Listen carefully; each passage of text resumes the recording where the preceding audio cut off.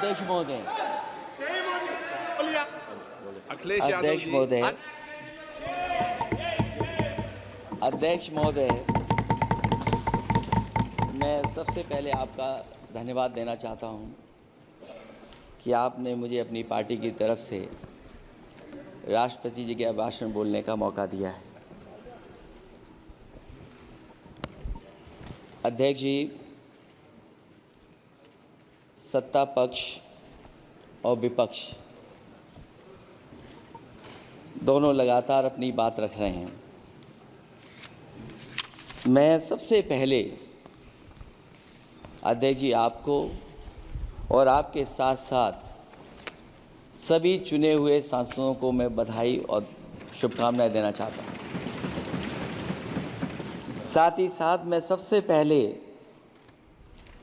देश के उन सभी समझदार और ईमानदार मतदाताओं को धन्यवाद जिन्होंने लोकतंत्र को एक तंत्र बनाने से रोका।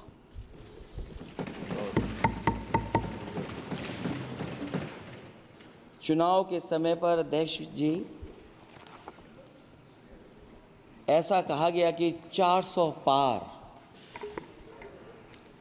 मैं समझदार जनता को फिर एक बार धन्यवाद दूंगा और मैं कुछ कहना चाहता हूं कि आवाम ने तोड़ दिया हुकूमत का गुरूर, दरबार तो लगा है पड़ा गमगीन में बेनूर है पर। अध्यक्ष महोदय, दरबार तो लगा है पर बड़ा गमगीन बेनूर है और पहली बार ऐसा लग रहा है हारी हुई सरकार विराजमान है। जनता कह रही है चलने वाली नहीं सरकार। अध्यक्ष महोदय, जनता कह रही है चलने वाली नहीं, ये गिरने वाली सरकार है। और क्योंकि ऊपर से जुड़ा कोई तार नहीं, नीचे कोई आधार नहीं, अधर में जो है अटकी हुई वो तो कोई सरकार नहीं। दरअसल पूरा इंडिया समझ गया है कि इंडिया ही प्रो इंडिया है। इस चुनाव में इंडिया अलायंस की नैतिक जीत हुई है। ये पीडीए इंडिया की सकारात्मक राजनीति, पॉलिटिक्स जो पॉजिटिव है, पॉजिटिव पॉलिटिक्स की जीत हुई है। ये इंडिया पीडीए की सोशल जस्टिस मुहिम की विक्ट्री है। 2024 का परिणाम हम इंडिया वालों के लिए जिम्मेदारी से भरा पैगाम भी है। और अगर हम यूं कहें अध्यक्ष महोदय कि 15 अगस्त 1947 अगर उपनिवेशिक राजनीति से आज़ादी का दिन था तो 4 जून 2024 देश के लिए सांप्रदायिक राजनीति से आज़ादी का दिन रहा। ये सांप्रदायिक राजनीति के अंत और सामुदायिक राजनीति की शुरुआत है। जहां सांप्रदायिक राजनीति का अंत हुआ है वहीं सामुदायिक राजनीति की शुरुआत हुई है। सबसे अच्छी बात हुई ये है कि इस चुनाव में सांप्रदायिक राजनीति की हमेशा के लिए हार हो गई है। अध्यक्ष महोदय, कहने को सरकार ये कहती है कि ये 5th लार्जेस्ट इकोनॉमी बन गई है और जीडीपी के मामले में 5th वर्ल्ड की इकोनॉमी बन गई है। लेकिन अध्यक्ष मोदी, ये सरकार क्यों छिपाती है कि अगर ये हमारी सबसे लार्जेस्ट इकोनॉमी, अगर हम 5वें नंबर पर हैं, तो हमारे देश की पर कैपिटा इनकम, प्रति व्यक्ति आय हमारे किस स्थान पर पहुंची है।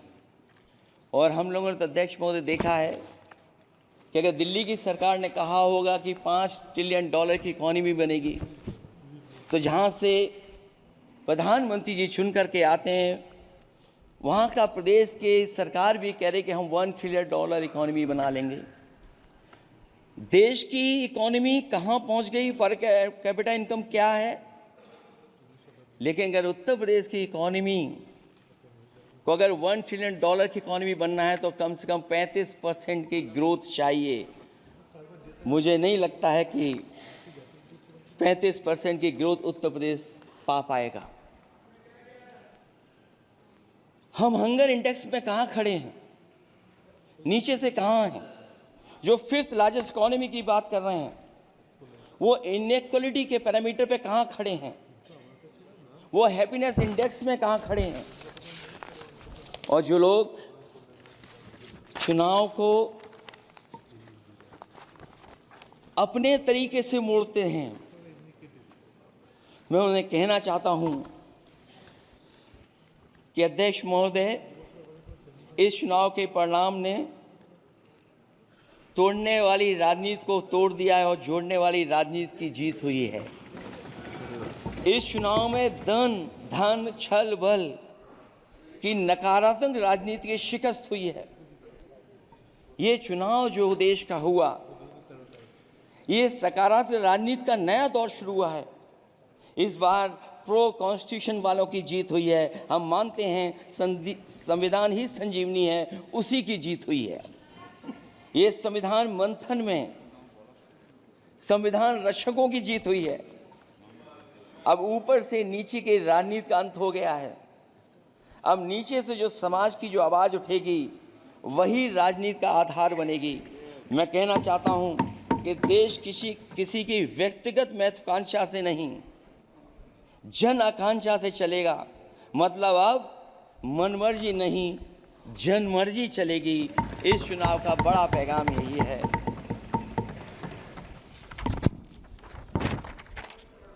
अध्यक्ष महोदय,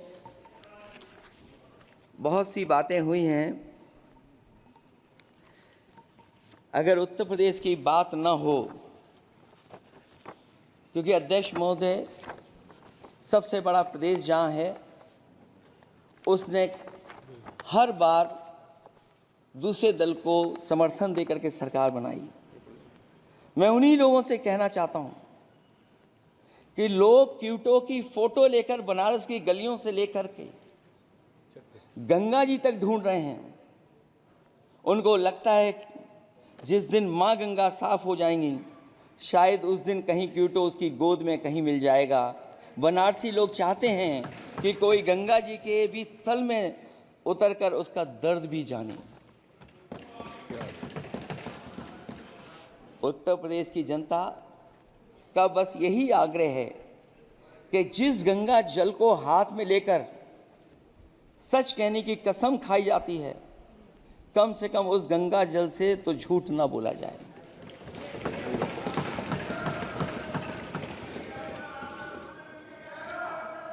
जहां विकास के नाम पर खरबों रुपए की लूट का राज खोलते भ्रष्टाचार के गड्ढे प्रदेश का नाम खराब कर रहे हैं, वहीं पहली बारिश में ही टपकती हुई छत और गिर चुकी स्टेशन की दीवार बेईमानी की निशानी बन गई है।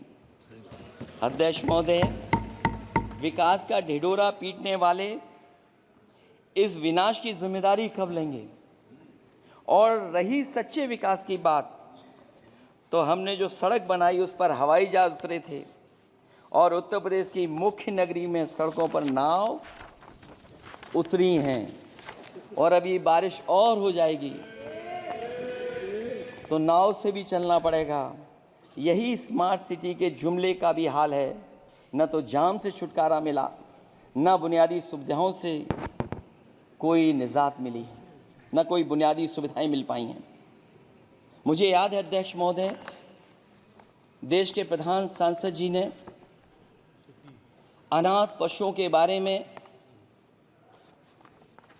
बहुत कुछ कहा था। अनाथ पशुओं की समस्या से छुटकारा दिलवाने के लिए कब वादा किया हुआ, लेकिन कई चुनाव बीत गए हैं, अभी तक गन्ने का भुगतान 2 हफ्ते का वचन जो दिया था, कहाँ दिया था? अब तो वचन देने वाले को भी याद नहीं है। हर बात को जुमला बना देने वाले लोगों के ऊपर से जनता का भरोसा उठ गया है। इसीलिए बहुमत की सरकार नहीं है, ये सहयोग से चलने वाली सरकार है।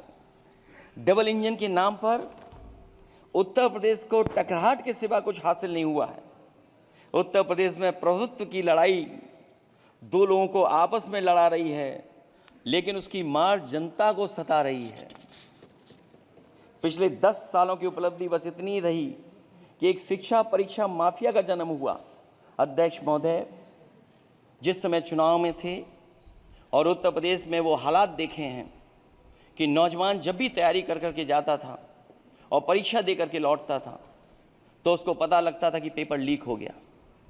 और उत्तर प्रदेश में केवल एक पेपर लीक नहीं हुआ है, जितनी भी परीक्षाएं हुई हैं सब पेपर लीक हुए हैं। केवल उत्तर प्रदेश ही नहीं, मैं माननीय सांसद की तरफ से सुन रहा था, कई ऐसे प्रदेश हैं जहां पर परीक्षाएं देने तो बच्चे गए लेकिन वहां भी पेपर लीक हो गया। और अभी जब 4 जून को रिजल्ट आया, उसके बाद जो बात उठी है, देश की सबसे प्रेस्टिजियस परीक्षा, उसका भी पेपर लीक हो गया। और आखिरकार ये पेपर लीक हो क्यों रहा है? सच्चाई तो ये है कि ये सरकार पेपर लीक इसलिए करा रही है कि सरकार नौकरी नहीं देना चाहती, रोजगार नहीं देना चाहती, उन नौजवानों का भविष्य नहीं बनने देना चाहती। पिछले 10 सालों की उपलब्धि बस इतनी रही है कि एक शिक्षा परीक्षा माफिया का जन्म हुआ है, जिसने तथाकथित अमृत काल में युवाओं के भविष्य की आशाओं को ही जहर दे दिया है। जो सरकार उम्मीद को मार दे, वह न तो वर्तमान को सुधार सकती है न भविष्य को संवार सकती है। सरकार आशा का प्रतीक होनी चाहिए, निराशा का नहीं। जनता चाहती कि हर समस्या के लिए बीते कल को जिम्मेदार ठहराने के बहाने को सरकार छोड़े और आने वाले कल की बात करे। अगले 1000 साल के झूठे सपने दिखाने वाले, अगले महीने होने वाली परीक्षाओं के लीक न होने की गारंटी कब लेंगे? जनता अब न तो किसी बहकावे में आएगी और न किसी के बहलावे फुसलावे में आएगी। जो लोग कहते हैं कि अमृत काल की बात करने वाले, जनता का जागरण काल आ गया है। आज इस सदन में नए राजनीतिक जागरण के अनेक प्रतिनिधि बैठे हैं। अब जब बात होगी तो सच्ची बात होगी और जनता को पूरी सच्चाई के साथ हम लोग अपनी जिम्मेदारी के साथ बात रखेंगे।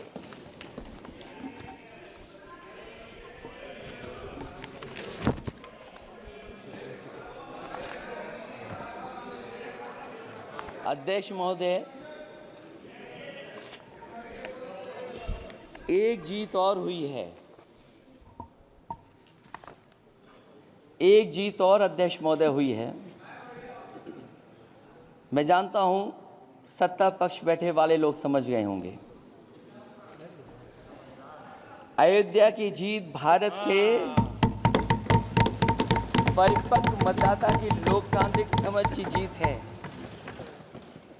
और हम तो अध्यक्ष महोदय यही सुनते आए हैं, होए वही जो राम रची राखा, ये है उसका फैसला। अध्यक्ष महोदय, होई वही जो राम रची राखा, ये है उसका फैसला। जिसकी लाठी में नहीं होती आवाज, जो करते थे किसी को लाने का दावा, वो हैं खुद किसी के सहारे के लाचार।